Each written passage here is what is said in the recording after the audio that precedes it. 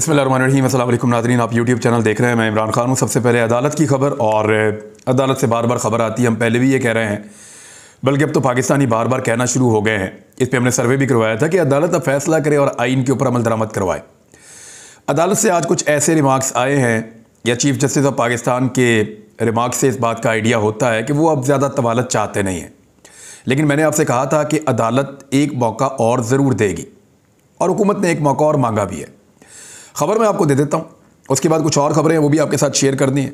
बिलावल ने वहाँ कौन से झंडे गाड़े हैं जाके इंडिया में, वो मैं आपको बताता हूँ। वीडियो देखकर शर्म आ रही थी, लेकिन पहले आप ये सुन लें खबर। चीफ जस्टिस पाकिस्तान उमर अता बंदयाल की सरबराही में 3 रुकनी बेंच है। मैंने कल भी आपको बताया था, वही इसकी समाअत कर रहा है केस की। फारूक एच नाइक ने इत्तेहादी हुकूमत का जवाब अदालत में पढ़कर सुनाया। उन्होंने कहा कि कर्ज़ों में 78% और सर्कुलर डेथ में 125% इजाफा हो चुका है। सैलाब के बायस 31 अरब डॉलर का नुकसान हुआ है। असम्बली तहलील से पहले बजट, IMF मुआहदा और ट्रेड पॉलिसी की मंजूरी लाजमी है। यानी हम बजट भी देना चाहते हैं, IMF के साथ मुआहदा भी मुकम्मल करना चाहते हैं असम्बली तहलील करने से पहले, और ट्रेड पॉलिसी की मंजूरी भी लाजमी है। देखें, अगर ये तीनों चीज़ें हुकूमत करती है ना, फिर तो इलेक्शन होने ही नहीं पाकिस्तान में। मैं वजह आपको बताता हूँ, यही से आपको बता देता हूँ ताकि समझने में आसानी रहे। इस खबर पे मैं वापस आऊँगा अभी थोड़ी देर में, लेकिन ये ज़रा खबर आप देखें, और ये खबर है इसहाक डार साहब की। इसहाक डार साहब की तरफ से खबर है, और ख़बर ये है कि शहबाज राणा साहब ने यह खबर दी है कि IMF से फ़ंड की मंजूरी के लिए मौजूदा हुकूमत को बजट दिखाना पड़ेगा। यानी जो बजट इसहाक डार साहब पाकिस्तान का बनाएंगे, वो बजट IMF को दिखाएंगे, उसके बाद IMF मंजूरी देगी अपने फंड्स की। और ये उन्होंने कहा कि ये चीज़ इसहाक डार साहब के हवाले से उन्होंने कही है, और इसहाक डार साहब से पहले ये बात कुछ और लोग भी कह चुके हैं। यानी मिफ्ता इस्माइल साहब भी ये बात कह चुके हैं, कुछ और लोग भी कह चुके हैं। तो डार साहब क्योंकि इकॉनमी इस वक्त चला रहे हैं, तो उनको बजट अपना बनाकर IMF को दिखाना पड़ेगा। IMF उस बजट को देखेगी, उसके बाद वो मंजूरी देगी अपने फंड्स की। तो यहाँ पर आप रुक जाएँ, वापस चलते हैं अपनी खबर पर। खबर ये कह रही है, जो हुकूमत कह रही है वो ये कह रही है कि 3 चीज़ें हमें करनी इलेक्शन करवाने से पहले। पहली चीज़ वो कौन सी बता रहे हैं कि असम्बली तहलील से पहले IMF से मुआहदा और बजट, ये दोनों चीज़ें मैंने आपको बता दिया कि बजट दिखाएंगे तो IMF से मुआहदा होगा। और नंबर 3, ट्रेड पॉलिसी की मंजूरी लाजमी है। ये तीनों चीज़ें अगर ये वाली हुकूमत करती है ना, तो याद रखिएगा, जो बजट IMF अप्रूव करेगी, जिसके बाद IMF फंड देगी, वो बजट ऐसा होगा कि लोगों की चीखें निकलवा देगा। और एक ऐसे बजट के बाद कौन सी पागल हुकूमत होगी जो अगले 1 साल तक भी इलेक्शन में जाना चाहेगी? ये फिर इलेक्शन में नहीं जाते। अगर IMF वाला बजट इन्होंने पेश कर दिया और IMF ने उसकी मंजूरी देने के बाद फंड जारी कर दिए, तो फिर ये हुकूमत कभी इलेक्शन में नहीं जा सकती, क्योंकि इनके पास होगा ही कुछ नहीं पब्लिक को देने के लिए। या फिर ये मुआहदे की खिलाफ वर्जी करेंगे, और वो ये कर नहीं पाएंगे, क्योंकि IMF इस मरतबा इनको बांध के लाएगी इस सारे मामले में। ट्रेड पॉलिसी को बड़ी बात नहीं है। ये तीनों चीज़ें अगर निगरान हुकूमत करेगी ना, तो फिर ठीक रहेगा। यानी मौजूदा हुकूमत ने अगर ये 3 चीज़ें की, तो वो इलेक्शन में कभी नहीं जाएगी, कम से कम 1 साल तक तो नहीं जाएगी। लेकिन अगर ये चीज़ें निगरान हुकूमत ने की और मौजूदा हुकूमत पहले तहलील हो गई, तो फिर मामला आगे बढ़ जाएगा। अब ये चाहते हैं कि ये 3 चीज़ें करें, और हुकूमत ने यह मौक़िफ़ रखा। चीफ जस्टिस ने कहा जवाब में, IMF मुआहदे पर जोर दिया गया, लेकिन अदालत में इशू आईनी है, सियासी नहीं है, और सियासी मामला अदालत सियासी जमातों पर छोड़ देती है। चीफ जस्टिस ने कहा कि IMF मुआहदा और ट्रेड पॉलिसी की मंजूरी क्यों ज़रूरी है। वही सवाल है जो भी मैं उठा रहा था। फारूक एच नाइक ने बताया कि बजट के लिए IMF का कर्ज मिलना ज़रूरी है, जबकि IMF ये कह रहा है कि पहले बजट दिखाओ फिर आपको कर्ज मिलेगा, और असम्बलियाँ ना हुई तो बजट मंजूर नहीं हो सकेगा। बजट तो वैसे निगरान हुकूमत ने भी पहले मंजूर किया पाकिस्तान में, ये पाकिस्तान में एक मिसाल मौजूद है। चीफ जस्टिस ने पूछा कि IMF कर्जा ज़खायर में इस्तेमाल होगा या कर्ज़ों की अदायगी में। फारूक एच नाइक ने कहा कि यह जवाब वज़ीर ख़जाना दे सकते हैं। चीफ जस्टिस ने रिमार्क्स दिए कि असम्बली तहलील होने पर भी बजट के लिए आइन 4 माह का वक्त देता है। क्या बजट IMF के पैकेज के तहत बनता है? अखबारात के मुताबिक दोस्त ममालिक भी कर्जा IMF पैकेज के बाद देंगे। क्या पाकिस्तान तहरीक इंसाफ ने बजट की अहमियत को कबूल किया या रद्द किया? आइन में इंतखाबात के लिए 90 दिन की हद से कोई इनकार नहीं कर सकता। चीफ जस्टिस ने रिमार्क्स दिए कि यह कौमी और अवामी अहमियत के साथ आइन पर अमल दरामद का मामला है। 90 रोज में इंतखाबात करवाने पर अदालत फैसला दे चुकी है। कल रात टीवी पर दोनों फ्री कैन का मौक़िफ़ सुना। मुज़ाकरात नाकाम हुए तो अदालत 14 मई के फैसले को लेकर बैठी नहीं रहेगी।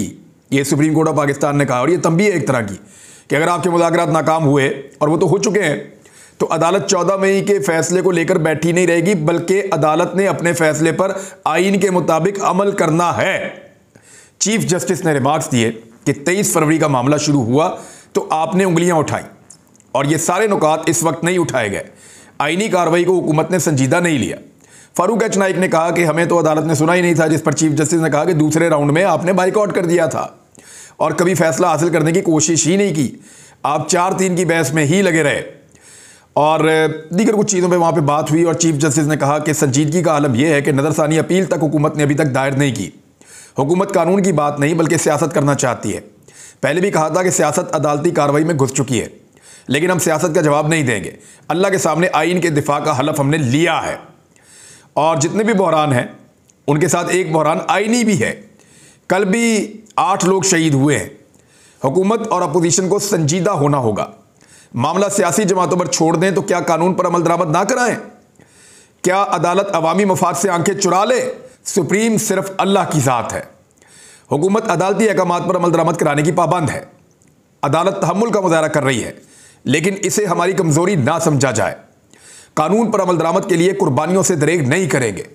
कौम के जवानों ने कुर्बानियां दी हैं तो हम भी कुर्बानियां देने के लिए तैयार हैं। ऐथे रख। ये है जी सुप्रीम कोर्ट ऑफ पाकिस्तान का मूड। मेरे ख्याल में अब इलेक्शन की तरफ ही चलें। इन पॉलिटिकल पार्टीज़ में इस किस्म की समझ बूझ नहीं है, या उन्हें आइडिया हो गया है कि इलेक्शन में जाना वैसे ही मौत है, तो सुप्रीम कोर्ट ऑफ पाकिस्तान को आइन के ऊपर आइन की मदद से अमल दरामद करवा देना चाहिए। और ख्वाजा साद रफ़ीक ने वहाँ पे अपना मौक़िफ़ पेश किया, बाकी लोगों ने अपना अपना मौक़िफ़ पेश किया, और चीफ जस्टिस ने कहा कि अदालत अपना हाथ रोक कर बैठी है क्योंकि हालात साजगार नहीं है, और बड़ी बड़ी जंगों के दौरान भी इलेक्शन हो रहे हैं। तुर्की में ज़लज़ले के दौरान भी इलेक्शन हो रहे हैं। आपकी बातों से लगता है कि आइन नहीं तोड़ना चाहते। पंजाब की जो बात की गई है सियासी है, लेकिन अदालत को लिख कर नहीं दी गई। अदालत के सामने सिर्फ फंड्स और सिक्योरिटी का मामला उठाया गया है, लेकिन कम से कम फंड्स तो जारी हो सकते हैं। वैसे भी मिफ्ता इस्माइल कह रहे हैं कि 21 अरब क्या 35 अरब जारी हो सकते हैं। शाह महमूद कुरैशी कह रहे हैं कि 20 अरब रुपया तो इनके साबिक वज़ीर आज़म शाहिद खाकान अब्बासी साहब के बकौल इन्होंने डबो दिया है, और इन्होंने करप्शन की नज़र कर दिया है मुफ्त आटा बांटने के चक्कर में, और 21 अरब रुपया इन्होंने लोगों को नहीं दिया। अब अगर इतना मुफ्त आटा बांटा है तो ज़रा चेक कर लेना लोग आपको वोट देते हैं या नहीं देते। मुफ्त आटा लेने के बाद नहीं देते। अगर लोग वोट देते होते तो ये कब के इलेक्शन में चले जाते। ख्वाजा साद रफ़ीक ने कहा कि बात 2 और हफ्तों की रह गई है, जबकि बातों के लिए भी ज़्यादा वक्त नहीं होता। ऐसा ना हो हम बातें करते रह जाएं लेकिन मुज़ाकरात जारी रहें तो इत्तफ़ाक़ राय हो सकता, मुज़ाकरात जारी रहे तो इत्तफ़ाक़ राय हो सकता है अदालत हदायत ना दे, हम खुद मिल बैठेंगे। अब ये साद रफ़ीक साहब ने कहा तो मिलकर बैठ जाएं। शाह महमूद कुरैशी साहब ने कहा कि हमने बड़ी कोशिश की कि कोई नतीजा निकले, नतीजा निकला ही नहीं। ये किसी बात पर ही नहीं आते। हमने इनको बड़े जायज़ अपने 4 मुतालबात बताए थे और ये उन मुतालबात के ऊपर आ ही नहीं रहे। तो हम ये चाहते हैं कि फिर सुप्रीम कोर्ट ऑफ पाकिस्तान आइन के मुताबिक अपने फैसले के ऊपर अमल दरामद करवा दे। खैबर पख्तूनख्वा में भी इलेक्शन के हवाले से पाकिस्तान तहरीक इंसाफ ने बात की, और बाकियों ने भी। फारूक एच नाइक ने कहा कि इस पर निपटा दें कि फ्रीकैन 1 तारीख पर इलेक्शन करवाने पर मुत्तफिक हैं। चीफ जस्टिस ने रिमार्क्स दिए कि इस नतीजे पर पहुंचने का मामला सियासी अमल पर छोड़ा जाए। यानी कितने समझदार हैं वो, ये चाह रहे थे कि एक दिन इलेक्शन करवाने पर हम मुत्तफिक हो गए, लिहाजा ये वाला फैसला तो ख़त्म हो जाए ना, तो यहाँ पर सुप्रीम कोर्ट इस मामले को ख़त्म कर दे। लेकिन सुप्रीम कोर्ट ने अभी तक वो मामला बदस्तूर रखा हुआ है। तहरीरी फैसला आता है तो देखते हैं उसके अंदर सुप्रीम कोर्ट क्या करती है। वैसे सुप्रीम कोर्ट को इलेक्शन ही करवाना चाहिए, आइन के मुताबिक चलना चाहिए। ये सियासी जमातें अगर करती हैं मुज़ाकरात तो करें, नहीं करती तो ना करें। आप आइन के ऊपर अमल दरामद करवाएं, और जो नहीं करता सुप्रीम कोर्ट के बाद इख्तियार है कि उसके खिलाफ आइन पाकिस्तान के मुताबिक कार्रवाई की जाए।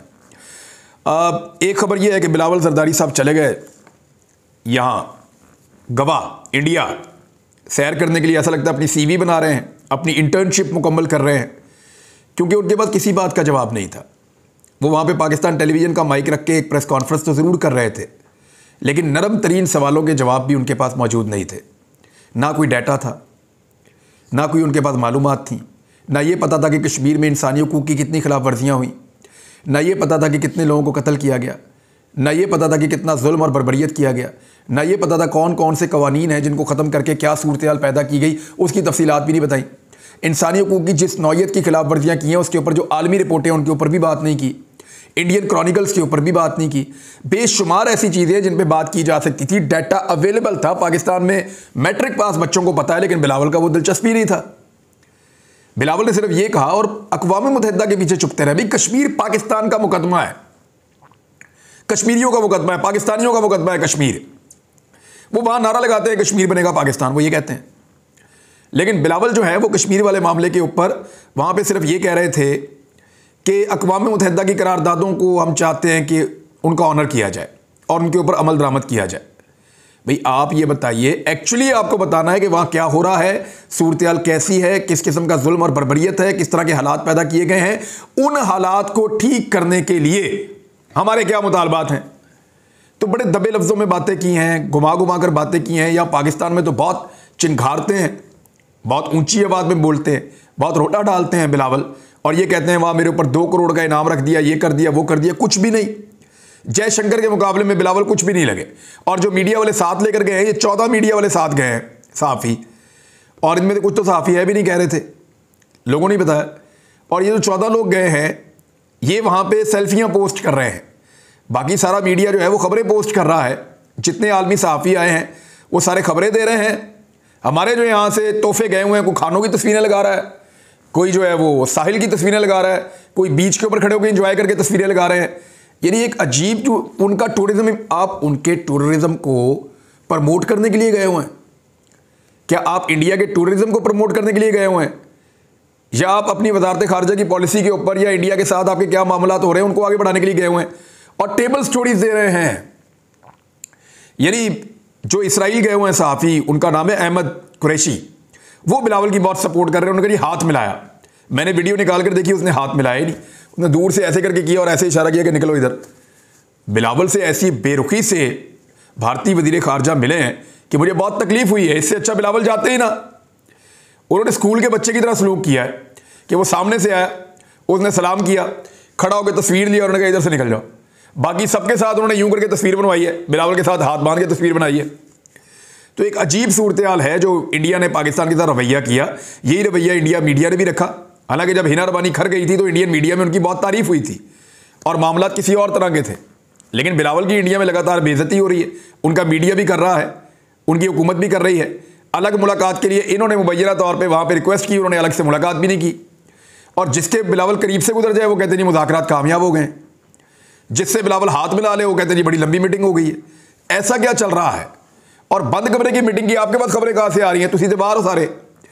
तो ये इस किस्म की चीज़ें जो हैं वो सहाफ़ियों को ले जाके उनसे को सेल्फी मीडिया जो है उसको ले जाके उनसे कोशिश की गई कि वो बिलावल को प्रमोट करें, लेकिन ये उल्टा गले पड़ गया और पाकिस्तान के लिए सुबकी का बायस बना।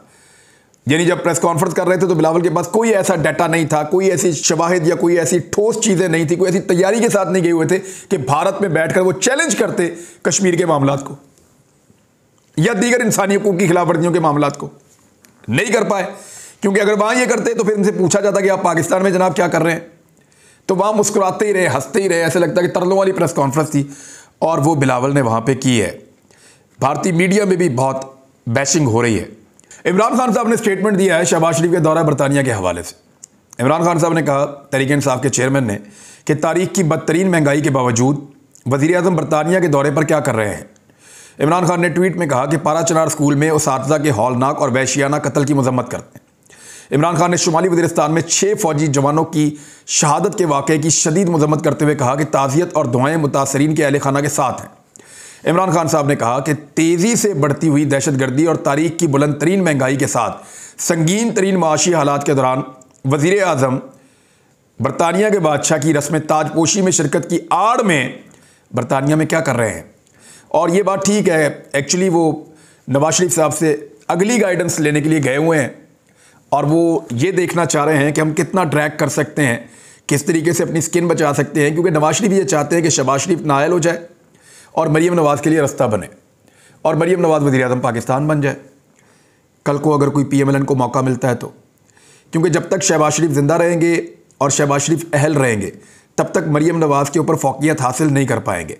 जब भी कभी इक़्तिदार मिलने की बात आएगी तो वो हुमा शहबाज शरीफ के सर पे बैठेगा, और अगर नवाज शरीफ के साथ साथ शहबाज शरीफ भी नाअहल हो गए तो फिर मरीम नवाज़ वज़ीर-ए-आज़म की उम्मीदवार बनकर सामने आ जाएंगी।